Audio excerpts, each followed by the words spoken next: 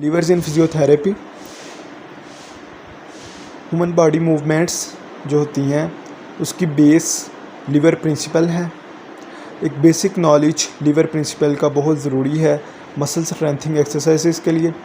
और जैसे ही muscle strength increase होती है तो जो लिफ्टिंग वेट है उसको बढ़ा दिया जाता है और उस वक्त तक बढ़ाया जाता है जब तक प्रोग्रेशन की ज़रूरत नहीं होती। अब मसल जो इंसर्ट होगा बोन पे वो एक फ़िक्स पॉइंट पे होता है और इसलिए क्योंकि जो मसल पॉइंट है इंजर्शन का, जो इंजर्शन पॉइंट है मसल का वो फिक्स हो गया, वो चेंज नहीं हो सकता। इसलिए जो एफर्ट फैक्टर्स हैं उनमें वेरिएशन नहीं आ सकती। लेकिन जो वेट फैक्टर है या वेट है या उसका वेट आर्म है उसको चेंज किया जा सकता है। अगर हमें रेजिस्टेंस बढ़ानी है जो कि अपोज करे मसल एक्शन को, तो उसके लिए या तो हम वेट बढ़ा देंगे या वेट आर्म की लेंथ बढ़ा देंगे। अब वेट आर्म की लेंथ बढ़ाएंगे तो लीवरेज इंक्रीज़ हो जाएगी। लीवरेज मतलब कि मसल एफर्ट इंक्रीज़ हो जाएगी, ज़्यादा मसल को एफर्ट लगानी पड़ेगी वेट को लिफ्ट करने के लिए या रेजिस्टेंस को अपोज करने के लिए। अब जो इंक्रीजिंग लीवरेज है वो डिपेंड करता है वेट के एप्लीकेशन पॉइंट पे कि वेट कहाँ पे अप्लाई हो रहा है। जैसे एक आसान सी एग्जांपल है,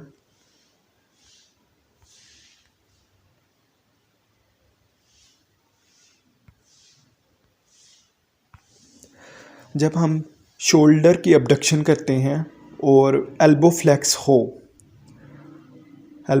हो तो मसल्स को कम एफर्ट लगानी पड़ेगी और वीक मसल भी ये मूवमेंट परफॉर्म कर सकते हैं।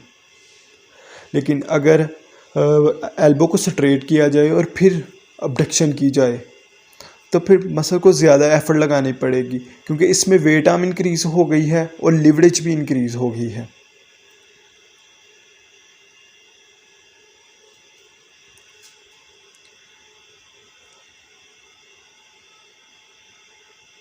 इसी तरह जो एक्सटर्नल रेजिस्टेंस है उसकी सिचुएशन चाहे वो मैनुअल हो या मैकेनिकल हो या कि फिजियोथेरेपिस्ट प्रेशर लगाता है या फिर कोई वेट उठा लिया जाए तो वो डिक्टेट करता है कि मसल एफर्ट को, वो डिक्टेट करेगा कि कितनी मसल एफर्ट लगानी है कितनी नहीं।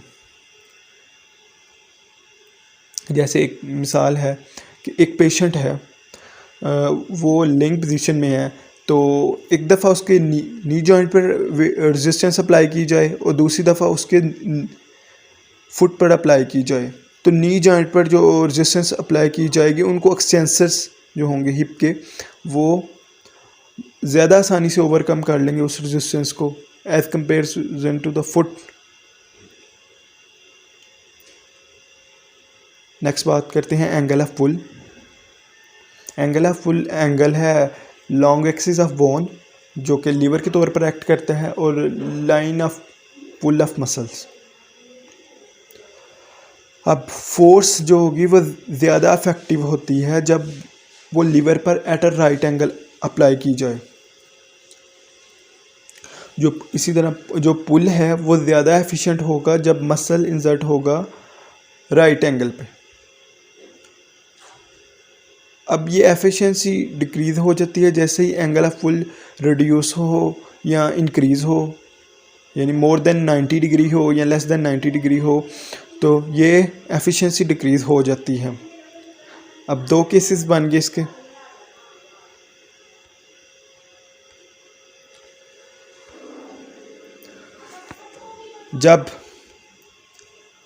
जब angle of pull less than 90 degree है तो फोर्स जो होगी वो दो कंपोनेंट्स में डिवाइड हो जाएगी, एक रोटेटिंग कंपोनेंट और दूसरा स्टेबलाइजिंग कंपोनेंट। इसी तरह बोन क्योंकि स्टेबलाइजिंग कंपोनेंट है इसमें तो स्टेबलाइजिंग कंपोनेंट की वजह से जॉइंट स्टेबलाइज हो गया। अगर एंगल ऑफ पुल 90 डिग्री से ग्रेटर हो जाए तो फिर डिसलोकेटिंग कंपोनेंट और रोटेटरी कंपोनेंट अचीव होगा फोर्स से। अब डिसलोकेटिंग कंपोनेंट जॉइंट को डिस्टेबल कर देगा, यानी कि अनस्टेबल कर देगा, और इस तरह एफिशिएंसी भी रिड्यूस हो जाएगी। अब अगर 90 डिग्री हो एंगल ऑफ पुल तो फोर्स फिर डिवाइड नहीं होगी, सिर्फ और सिर्फ रोटेटरी कंपोनेंट होगा, यानी कि 100% फोर्स रोटेशन कंपोनेंट की तरफ जाएगी।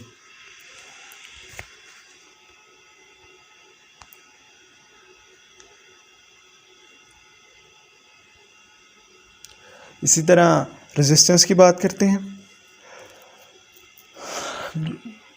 कोई भी रेजिस्टिव फोर्स वो मैक्सिमम तब होगी जब इसको अप्लाई किया जाएगा राइट एंगल पर, और डिक्रीज़ हो जाएगी जैसे ही एंगल ऑफ पुल एक्यूट होगा या ऑब्ट्यूज होगा।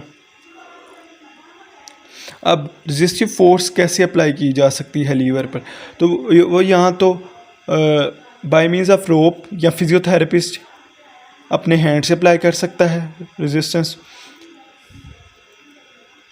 अब एक पॉइंट जहन में रखना चाहिए, वो पॉइंट ये है कि जब मैक्सिमम रेजिस्टेंस तब अप्लाई की जाए जब एंगल ऑफ पुल 90 डिग्री हो। जैसे एग्ज़ाम्पल दी गई है कि एक मूवमेंट का एक पूरा कोर्स है, जैसे यहाँ पे लेग पे bye means of rope resistance apply की गई है, तो अब राइट एंगल पुल जब होगा, यानी एंगल ऑफ पुल 90 डिग्री होगा, तब मैक्सिमम रेजिस्टेंस अप्लाई की जाए, क्योंकि तब एफिशिएंसी मैक्सिमम होगी। अब राइट एंगल पुल जो मसल का होगा और मैक्सिमम रेजिस्टेंस को आपस में कंसीड किया जाए।